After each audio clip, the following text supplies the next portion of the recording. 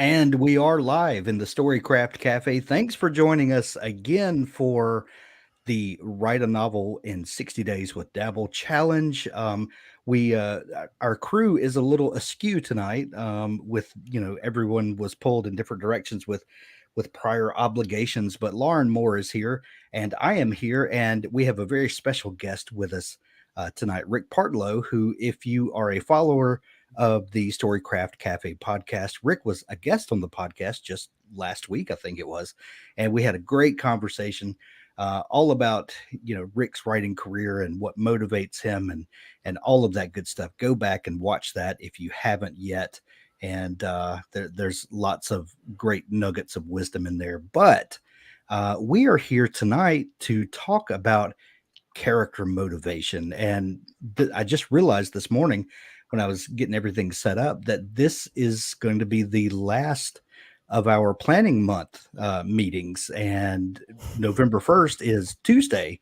And so everyone Wow. doing the writing challenge and our writing challenge is dovetailing with NaNoWriMo, who is a partner of ours. Dabble sponsors NaNoWriMo, and we're happy to do so. But November is crunch time. It's time to get to writing. All the planning and all the prep work and all of that stuff is it's over. It's time to get after it. So we've got one weekend left to start thinking about our novel, and we're going to talk about character motivations, why your characters do what it is that we love for them to do, that we want to read along with. And so Rick was a great addition to the chat tonight. If you haven't watched the previous show that we did with Rick, he has published 58 novels to date. Well, not all of them are currently published. I'm sorry. Not all of them are currently published. Aethon is relaunching like 7 of them, Cool. and 2 of them aren't out yet. They're coming out soon, so it's it's more like 49. You can actually read the second. Okay, you know, 50, 60, who's splitting hairs at this Huh. point? Yeah, so and Rick, you write primarily science fiction, and military sci-fi is kind of your subgenre of choice. Is that Yeah. right? I've actually everything that I've published has been science fiction. Most of it's military science fiction, a little bit of space opera thrown in, a few that are kind of a mix of those. I do want to write fantasy at some point, but science fiction pays the bills, so I'm stuck for the moment. If you were to get into fantasy, what would be the kind of story you would like to tell? Oh, very traditional Tolkien esque, epic medieval European fantasy with elves and orcs and dragons and all that stuff. Fun. Love it. Love it. Um, Lauren, you are you're in the middle of a book that is military sci-fi meets fantasy. Yes. How does it feel merging those genres and kind of getting to write in that mashup kind of world? Exciting, fun, interesting. I was just messaging another author about the books that we're kind of plotting right now. And he said, I really envy you fantasy writers because of the sandbox you get to play in. And I just feel really blessed because my editing career has been in military science fiction.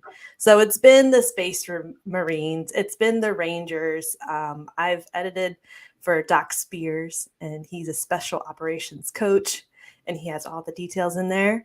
So I've been reading this stuff so intensely, but my love since I was, a kid has been fantasy. So I get to bring the two together, and it's fun. Doing my other podcast, author stories, that I've done for 9 years now. So many authors that I talk to, no matter what genre they're publishing in, their hidden love is fantasy, I and the know. books that they always wanted to write and think that one day might get back around to writing is fantasy.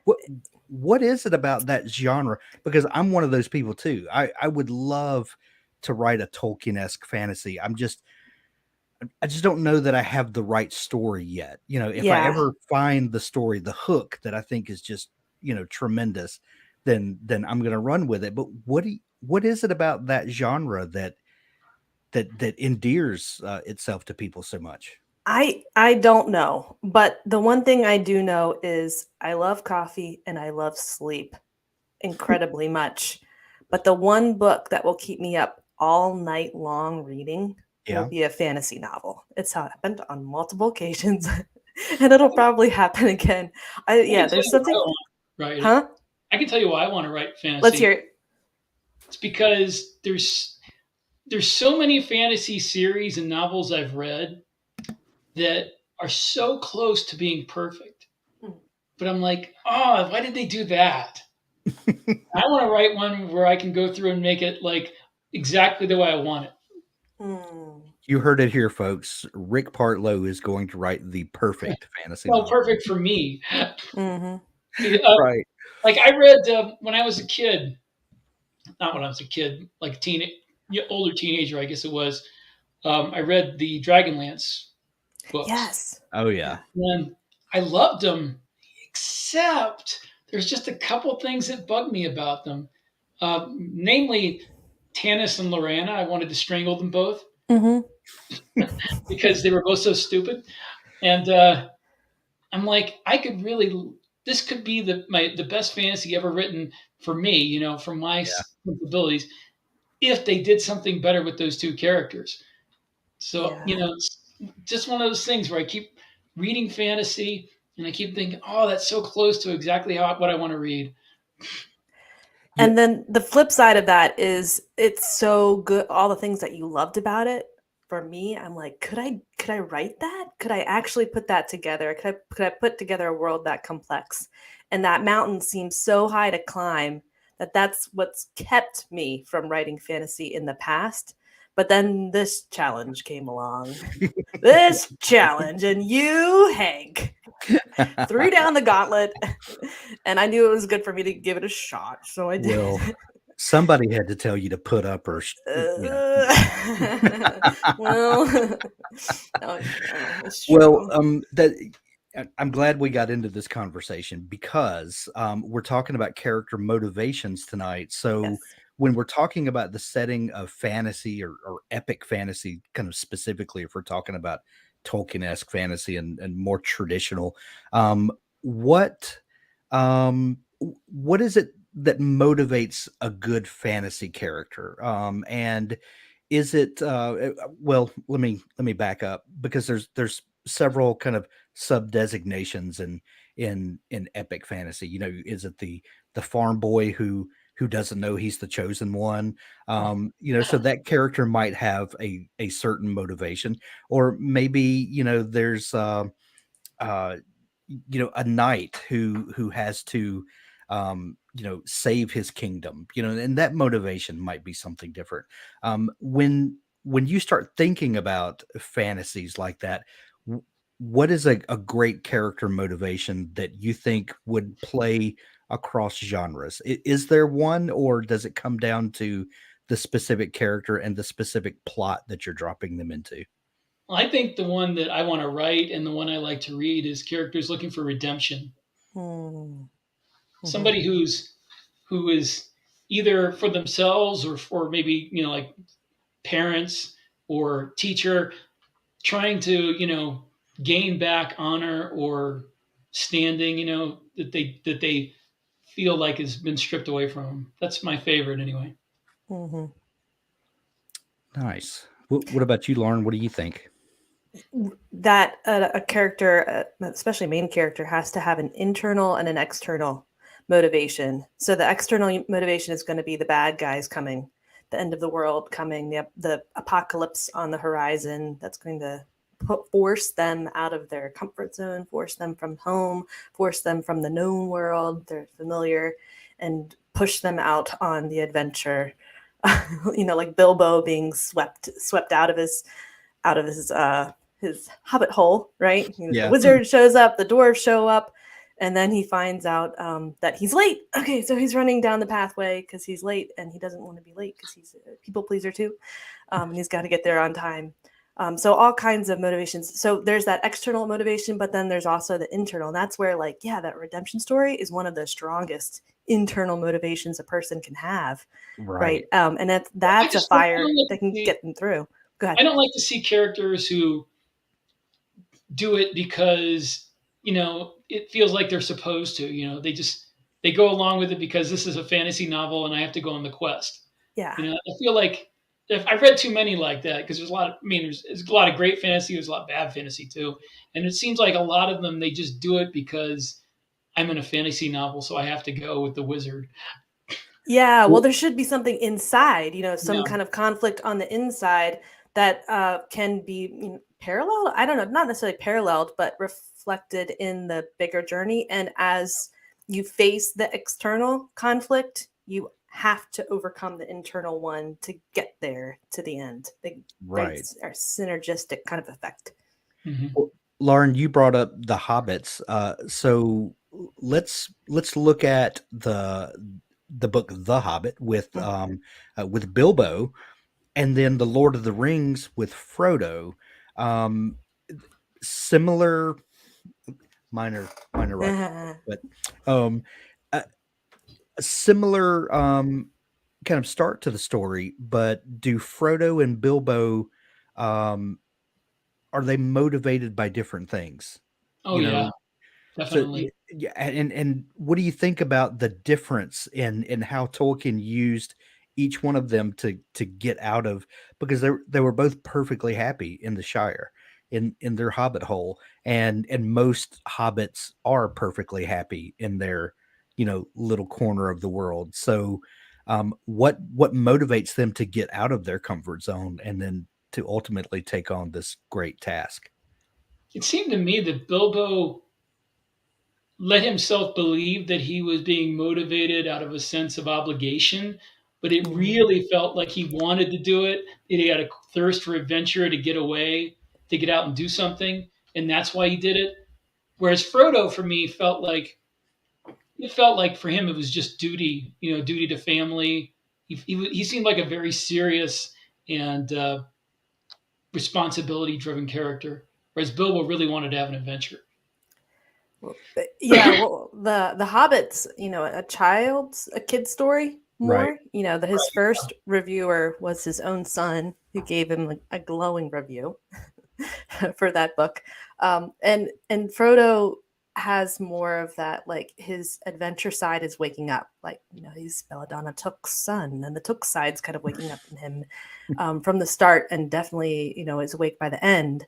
But Frodo, on the other hand, he has already all this knowledge from Bilbo of what the unfamiliar world is. Right. He knows about evil. He's heard the stories about the spider. He's heard the stories about the dragon. He knows about the ring. He's also seen, his uncle under pressure, at the party and stuff. So there's more of an understanding and an awareness there, and also the heaviness of responsibility.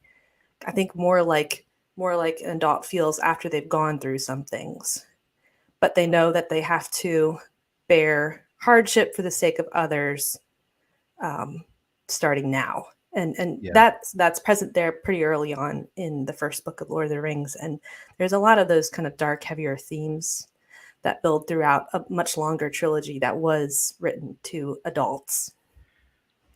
Well, Rick, you said you hate to see a fantasy where a character is just thrown into a situation and they just go along with it because it's a fantasy novel. What else are you supposed to do?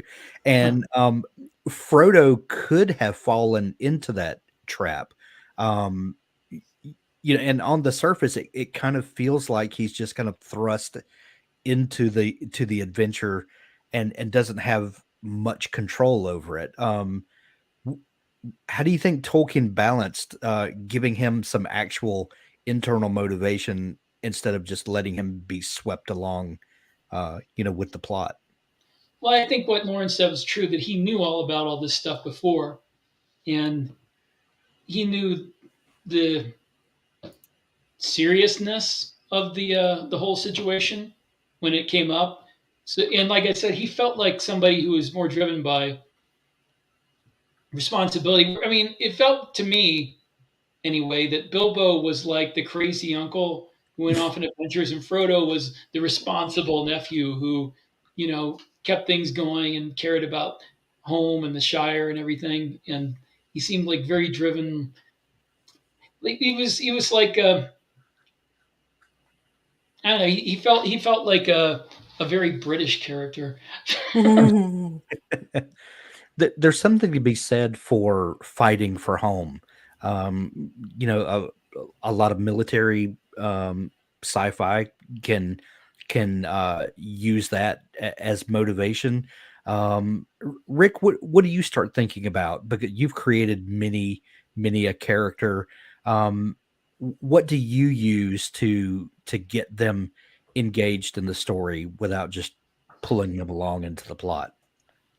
Um, well, for me, I mean, I have an advantage in that there are actual armies and battles and wars I can draw from, whereas there's very few dragons and wizards. So I can look at He did motivation. not say 0 dragons and Did wizards. not He say said that. very few. Yes. You can never declare nothing. But I can look at the motivations of soldiers throughout history, and how they have changed and what stayed the same, and pretty much it feels like everything I read, people start out with all kinds of different motivations. They start out with either patriotism or a sense of duty like that, or they start out rebelling against something, rebelling against their family or their position in life. But eventually, they all wind up fighting for the men and women on either side of them. Yeah. So it's easier with what I write to come up with a motivation in the end. I mean, I've had characters that did it because they were really patriotic, and I had other characters that were running away from pressure from their family to be in the family business, and one that was forced into it. A drop trooper. He had to go to war, or he was going to get put in punitive hibernation and maybe never wake up again. Um, and he didn't really want to be there, and he only did it because he had no real other choice. But eventually, they all, you know, began to realize that their they owed their effort and their allegiance and their lives to the people around them who they were fighting beside. Is patriotism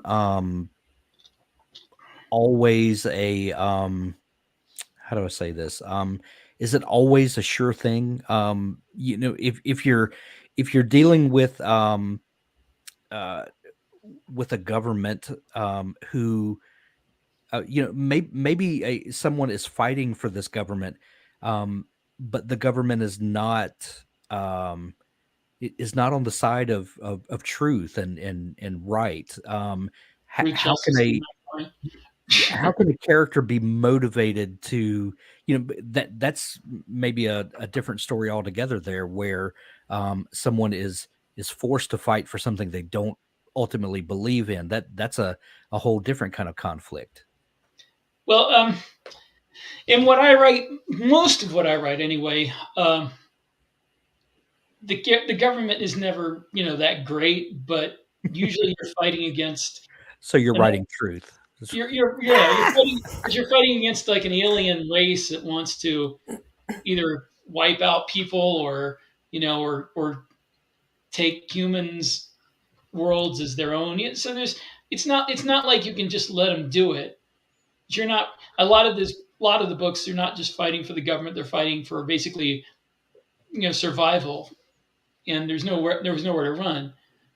But in several of them, a couple of them at least, the government is kind of almost dystopian in a way. Not dystopian like 1984 literary dystopian, but the government's like autocratic, and if you the closer you get to Earth, the less freedom you have, and people don't like it, and that's why they went out to the colony worlds, and the main characters find themselves fighting not for the government or for Earth, but for those people out in the colonies that are just trying to make a life for themselves, And a lot of the times they have to get exposed to that, to the people who are affected by the war, and find a reason to fight that doesn't involve just blindly blind allegiance to their government. Uh, Lauren, you're about to say? I'm sorry. Can I ask Rick about a particular book? Sure. Absolutely. So I edit for Athon Books, and Steve, for a while, like maybe like a year, I don't know. Anytime I ask Steve, like, well, what kind of books are you looking for to add to your catalog?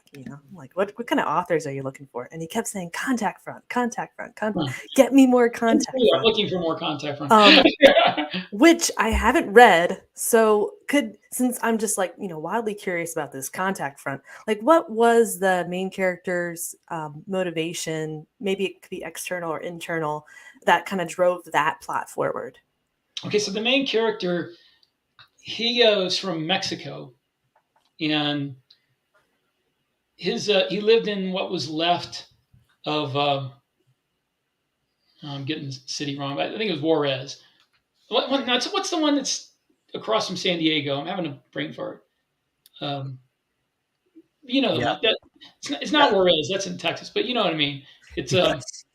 it's anyway. So there'd been a world war, and most of the Mexican cities were kind of wiped out. So he was living in this, what had become agricultural society, and a lot of what used to be the government was Tijuana. run by gangs and cartels. So his family was killed, and he wound up running and wound up in the Commonwealth government, and he was an orphan in the system, going from one group home to another, and he wound up eventually living in the streets. So he was a street criminal, and he did not. Yes, Tijuana. Thank you. Um, Hmm. yeah, he did not want to be, in the military. He knew about the war. He thought it was stupid. He thought that the government was incompetent and they were gonna, get a bunch of people killed. But he got charged with felony murder because a drug dealer who he had ripped off got killed chasing him. Hmm. Given the choice of joining the military because they were desperate for people, or going into punitive hibernation for 100 years, Hmm. and nobody had ever woke up from that long, so he didn't know if they just leave him in there or if he'd die. So Hmm. he chose going into the Marines, and it turned out he was really really good at it. And basically, in the beginning, his motivation is just to stay alive, and he is very distrustful of everybody. He doesn't want to be responsible for anyone. He doesn't like following people, but he'd rather do that than lead them. Hmm. And eventually, he is thrown into a position where he is on one of those colony worlds and learns about the other people who are not on Earth, who are much closer to the war and feel the effects of it, and how they're suffering from it. And he gains a motivation in there because he uh, he meets a guy who is like the first person since his parents who has treated him like family, and he kind of feels like, and he understands also that the people in his platoon, in his squad, they're family too, and he begins to feel like a reason to fight for his family, which is not his blood family, obviously, but the people that he's letting into his life, and Hmm. that's how it starts. Rick, you are you're a plotter, as we established when we talked earlier. Um, do do you work on characters and character motivation as part of your plotting process? Like, what do you do to get to know your characters and why they're doing what they're doing? It depends on the book. Sometimes I will basically I start out with a general synopsis of the background and what I want to happen, and after that I come up with the main character.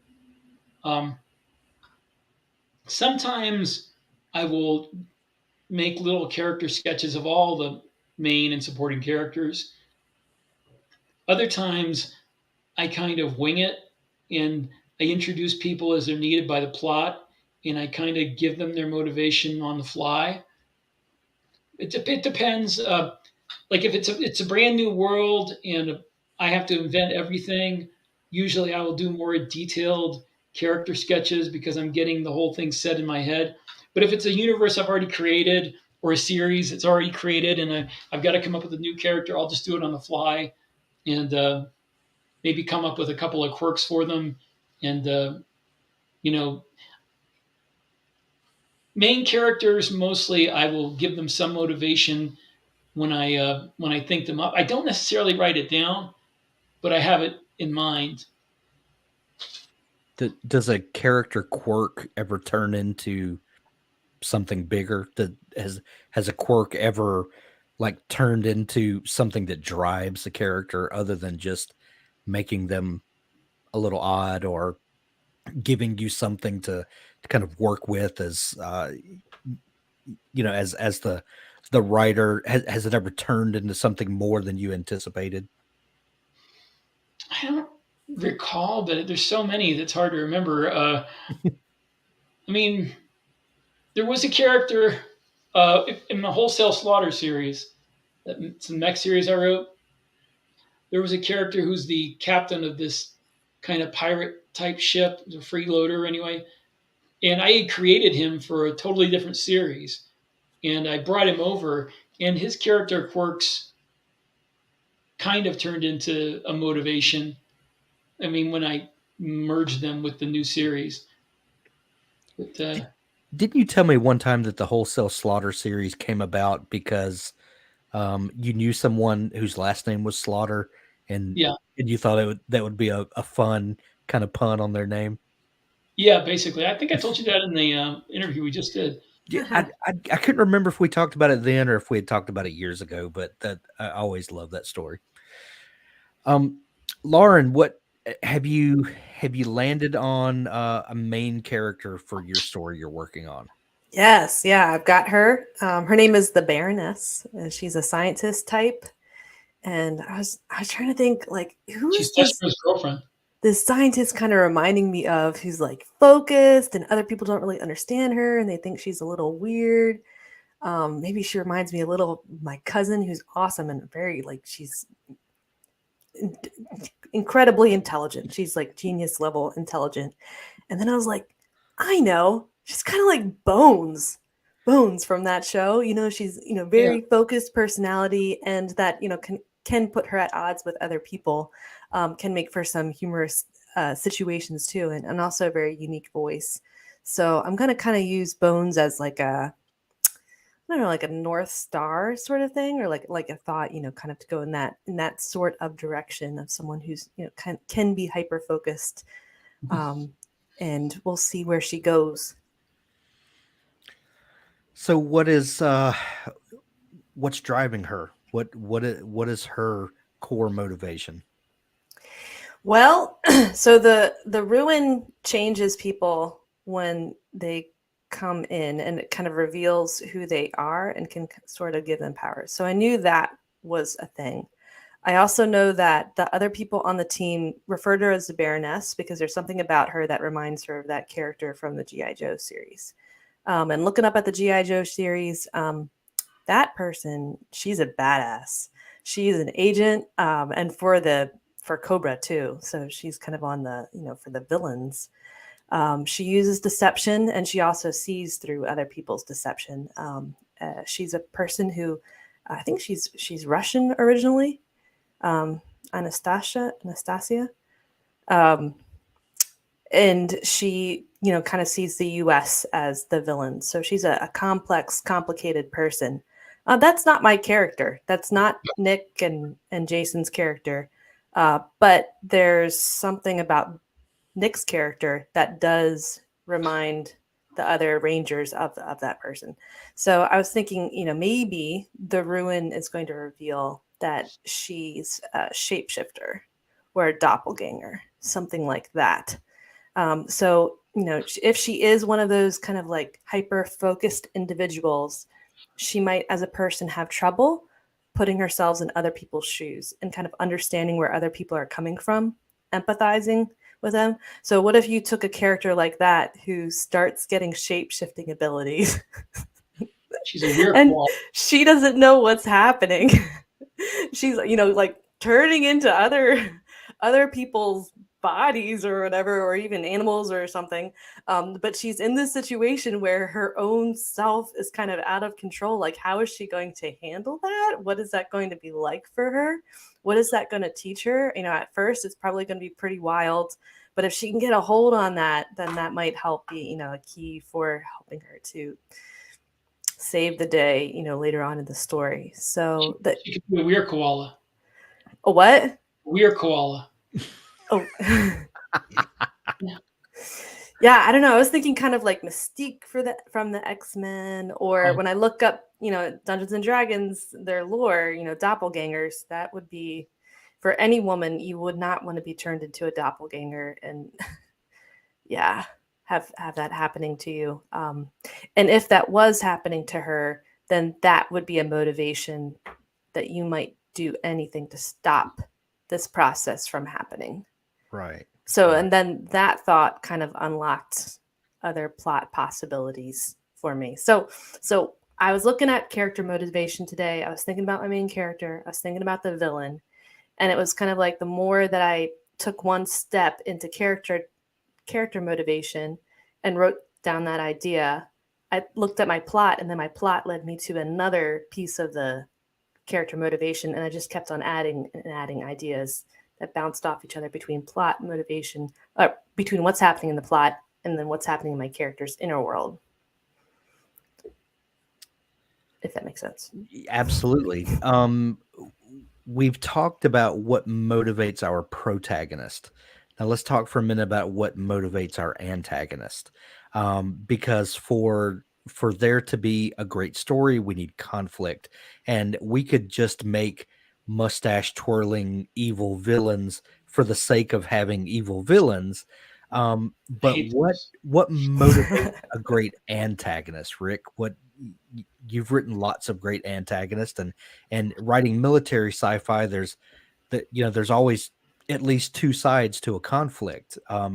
Usually both sides think they're right. Well, that's what motivates a great antagonist is they have to think they're the hero. Right.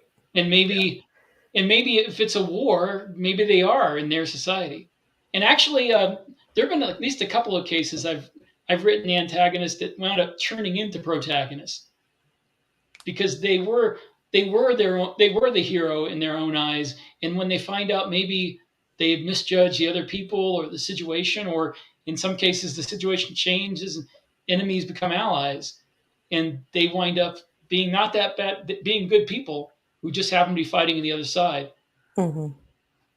It's harder with like with Drop Trooper because it's a first person Right. narrative and the enemies are aliens, so it was really hard to make any enemies be main antagonists. They're kind of the faceless background antagonists. So the antagonists wound up having to be people in the military that were, either selfishly or wrongly or just because of their perspective opposed to the antagonist and what he was doing. It came to me this evening that both my protagonist and antagonist have the same internal motivation. Is that workable? Have Of Have you guys course. ever? Yeah, that I would think that's uh, if they're both battling for the same thing, that is kind of the ultimate struggle, if you will. Well, for instance, in wholesale slaughter, um, the leader of the kingdom or whatever government who was opposed to the hero's government and Hmm. has been for like a century or two. Everybody thinks of him at first as like this out of control, bloodthirsty, erratic, you know, autocrat. But as it turns out, when I got closer to him because I had introduced characters that were close to him, as it turns out, that was all of an act. He was just trying to maintain power because everybody around him was trying to overthrow him. And in reality, he was very patriotic and wanted the best for his country. And he thought that the best thing for his country was opposed to what this other kingdom was. as it turned out, it wasn't, because they both had a mutual enemy. But they, Mhm. he, when you got to know him, he was not a bad guy. He was putting on an act as out of control because it made people, worry about him and misjudge him. But I love that kind of antagonist, though, that just like she said, they both have the same motivation. They both are patriotic, or they're both um, trying to save their respective families or homes, and they're just doing what they think is right. Yeah, I think about the Civil War. Like both sides of the Civil War were fired up by patriotism. They're fired up by trying to like free the oppressed, on different sides. They're, fighting for their family, they're fighting for their nation, they're fighting for their honor. And both the North and the South felt very strongly that way, just ended up on totally different sides of. Or, even closer, World War One. Great example, Yes. Lauren. Yeah. World War Yeah, One, World War One. Yeah. there wasn't really. I mean, it's not like World War Two. There wasn't really a good guys and bad guys in World War One. It was just different kingdoms that both wanted what each other had, and they both felt like they were being attacked, and both Mhm. felt like they were in danger. Well, not both. There was like 4 or 5 sides, but they all thought of themselves as good guys. Mhm. And also like the soldiers themselves were fighting for their homeland. They're fighting as men because that's what men do, duty, honor. Right. That's how they went into World War One on all of the different sides. It's not how they came. Well, it's not how they came out of it. A No, lot of no, they soldiers. didn't. Rick, you mentioned a minute ago stories in the first person perspective. How do you properly show the antagonist motivation when you're writing from the first person perspective of your protagonist? It's That's really a difficult. that's a trick of Mm. moving the camera, if you will. In the first person book that I wrote, which was Birthright, um, the way I wound up doing was I cheated. I put in between the first person narrative, I put interlude, and then I did a third person narrative with the bad guys to show what was going on, because I couldn't think of any other way to keep people interested in the antagonist. I And did that the was same thing. a truly bad guy in that book. But still, I made him. He wasn't so much mustache twirling evil as he just was a cynical guy who had lived in a world where there were no good guys and bad guys, and everybody was out for themselves. And he was doing what he thought he had to maintain his position, his family's position in the government and in industry. And he was callous and would kill people if he had to, but he was also very intelligent, and he'd rather use people. He didn't want to kill the protagonist. He knew the guy was deadly and resourceful and intelligent. He wanted him to come work for him, and up till the very end, he's trying to get him to come work for him, and he almost did. But in spoiler, in the end of the book, there's a government agent that is a friend of the protagonist that he's going to kill because she's a government agent and has been trying to stop him the whole time, and has shown she won't be bought off, and he can't let it happen. And he was about to, because the protagonist wasn't had no illusions that the government was any better than this guy, but he couldn't let his friend die, and it's the only reason he wound up fighting him in the end. Man. Lauren, what are your antagonist motivations? How are you exploring the other side? All right. Well, my antagonist is going to be a witch's hut. An evil, cursed witch's hut. Okay, so in book 1 of The Forgotten Ruin, the Rangers, they're fighting for their survival, and they have to get across this land, and a witch owns the land, and they come up to the witch, and to get across, she's like, you have to accept one of my quests. When she gets through 2 of them before they just blow up her and her hut and keep going. So, but as she's dying in the flames, she says, "You don't know what you've done. There were worlds inside my hut, worlds." And I heard that and I'm like, "Ooh, that is fascinating. I want to hear Yeah. about those worlds. I want to explore that more." So in the book that I want to write, I want to explore some of the, unexplored mysteries and question marks I've got about what this forgotten ruin world is like, what the societies and stuff are like, but especially about this witch's hut that has worlds inside it. So it's not completely destroyed, but is out for revenge. So the forward operating base Hawthorne is going to be attacked, and they're going to find out that it's the hut, and they have to go on a quest to either cleanse it or destroy the hut or turn it good or something, but that will be the villain. So it's not going to be a Are you going to person. title? Are you going to title it the House of Evil? um no, but that's very good. I like that. I like that a lot. No, actually I'm hoping to use danger close as the title. Because that's, like a phrase when you're under You close know, Yeah, danger. That'd be I think Greg that's interesting. one of my drop trooper novels.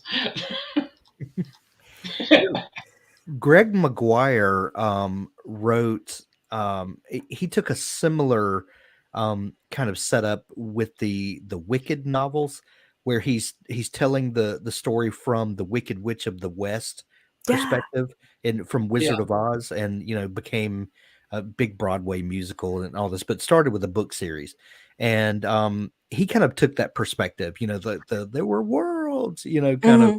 well, what were they, and then kind of looked into what motivated that antagonist, and spun that into a whole series that spawned all kind of stuff, by kind of flipping that antagonist to the protagonist point of view, I guess. Right. Yeah. Like once you get a little foothold in an idea, you start asking, well, how did we get here? And why? And what more? And you start like kind of opening doors and rifling through drawers and stuff to find Yeah, more clues, and you come up with more and more. So like for fantasy, I've got all these fairy tale lores from the past to kind of pull from. Like it's an old trope to go up to a witch and a witch gives you a task, right? Or a right. riddle to kind Yeah, of get through. And in the past, a lot of the people who actually survive a witch's riddle were able to turn it on its head. Um, so that's one possibility for me. There's also like witches usually have a familiar, and there wasn't one in the story. So where's the familiar? Maybe answering that question could give me another plot point, and yeah, following that can give me a clue and give me an idea. should make Um, it something really cool, like not just a raven or a cat. Make it like something like a dire wolf or something. I don't know. yeah, yeah, yeah, yeah. And then like, well, so I get if I get a familiar and I find the familiar and I bring it back, maybe that could be part of how I'm able to take control of the hut again. And then which of my characters would be able to interact with that familiar? Is it going to be my main character? Is it going to be a side character, or is it going to be like an unlooked for, overlooked kind of person?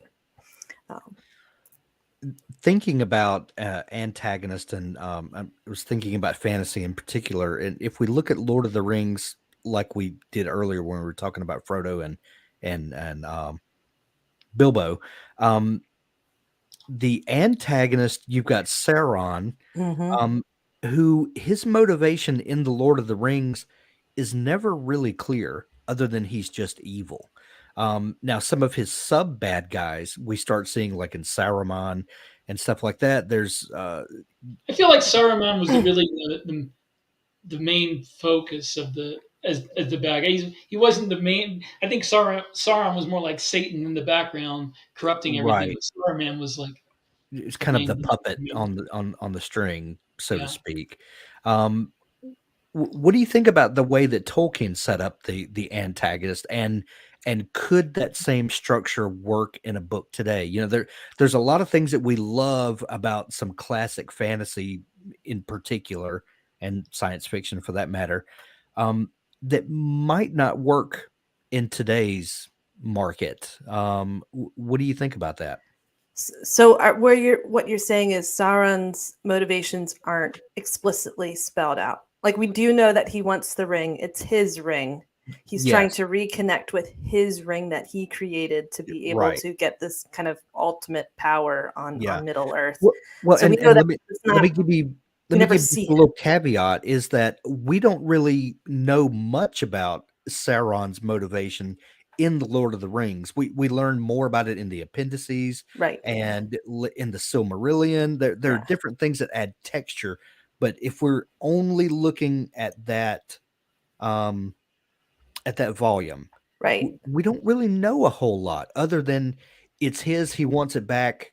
He's evil, and that's Yeah. kind of the way he's painted. As opposed to Game of Thrones, where you've got like explicit scenes with the main characters, Right. explicitly laying out what they want and why Explicit they and want Game it. of Thrones go hand in hand.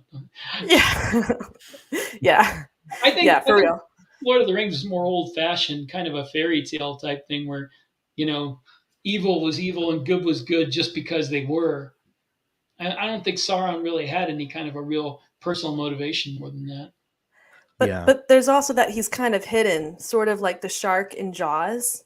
They Yeah. couldn't get the Jaws shark to work, so they couldn't really film it. They had to figure out how to film it without the shark present on scene.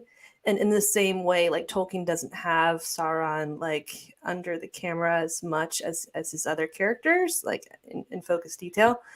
So are you Sometimes asking that's like more scary. yeah, it does. It Yeah. works really well in Jaws that it's not laid out. And it's the same thing with like Star Wars with the midichlorians. Is that the right word? Okay, it's Midichlorians. yeah, Yeah. they're not spelled out and explained in 4, 5, and 6, Yeah, with because they're adding to the stupid. mystery. Yeah, they didn't exist yet. They were Mm, stupid. yeah, but then they spelled it out in The the force is a blood 1, 2, and 3. disease. Ah. So are you asking like could that work to have a villain that's not as explicitly spelled out?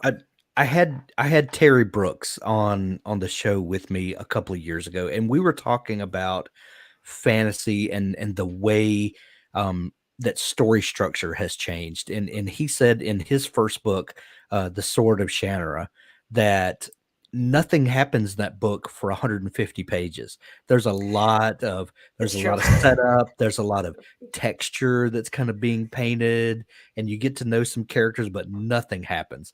And he said you absolutely could not publish that book today because readers just wouldn't stand for the fact that they have to read 150 pages before anything happens.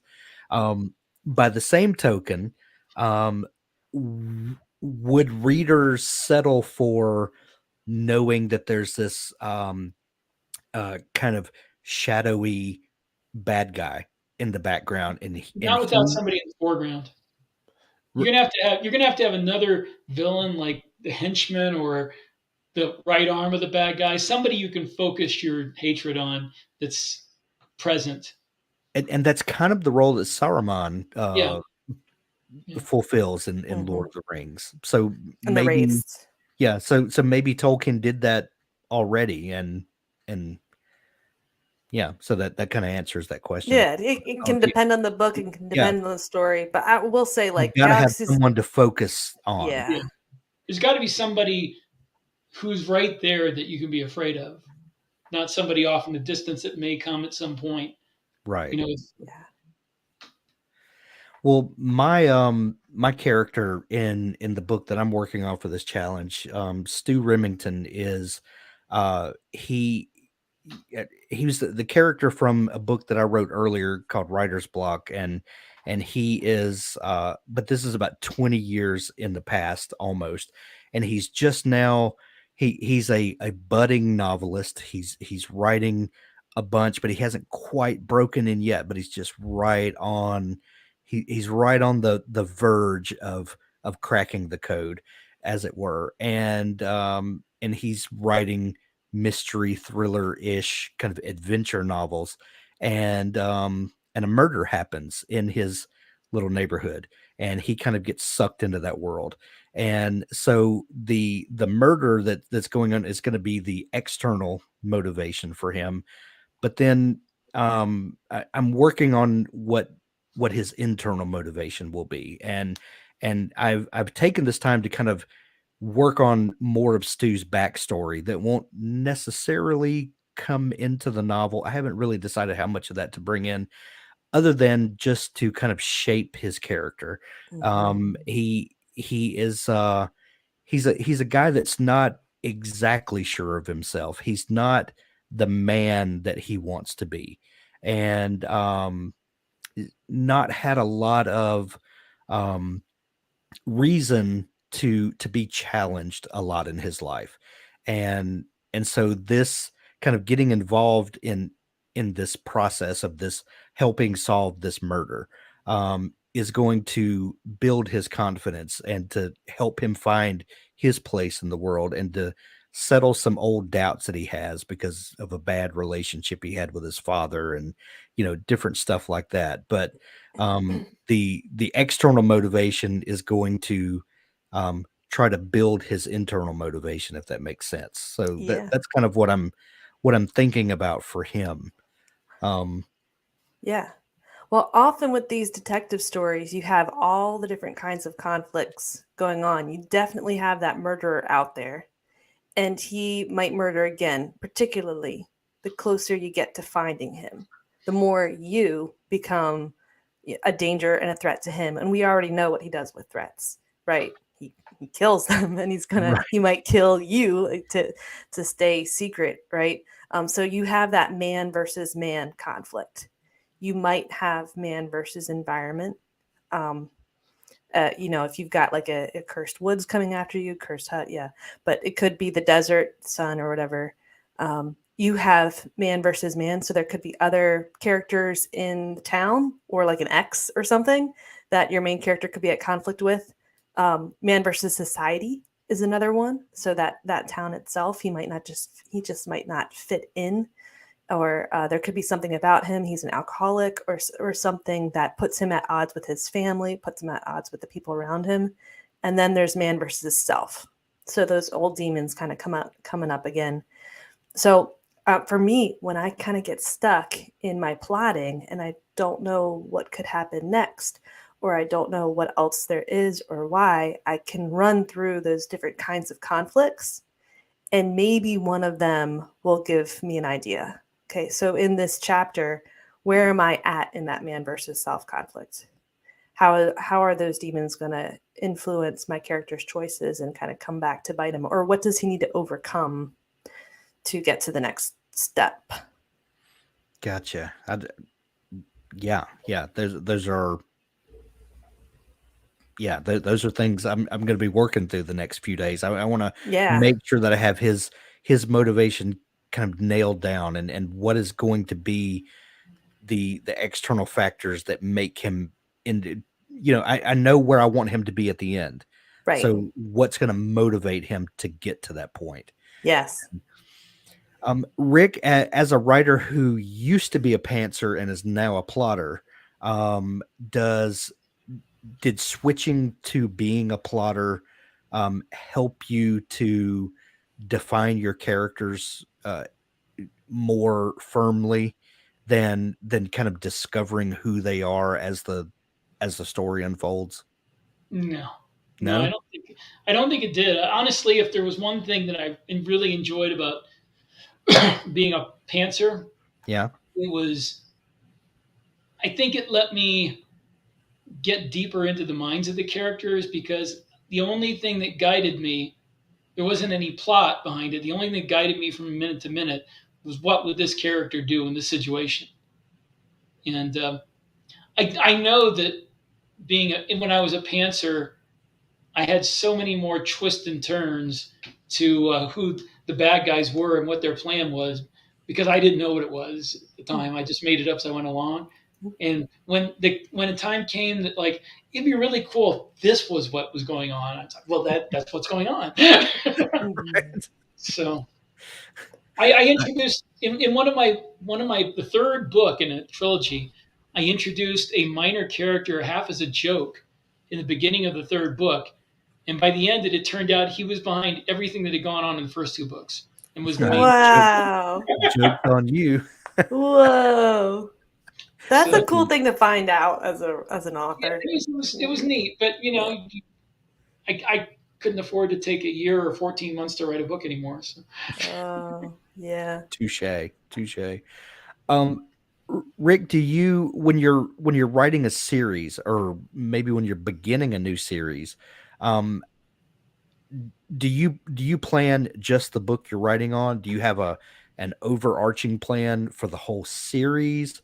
And if so, if you know where this series is going as opposed to just this chapter in the series, this book, is there a grand motivation that you're working toward? it depends on the series.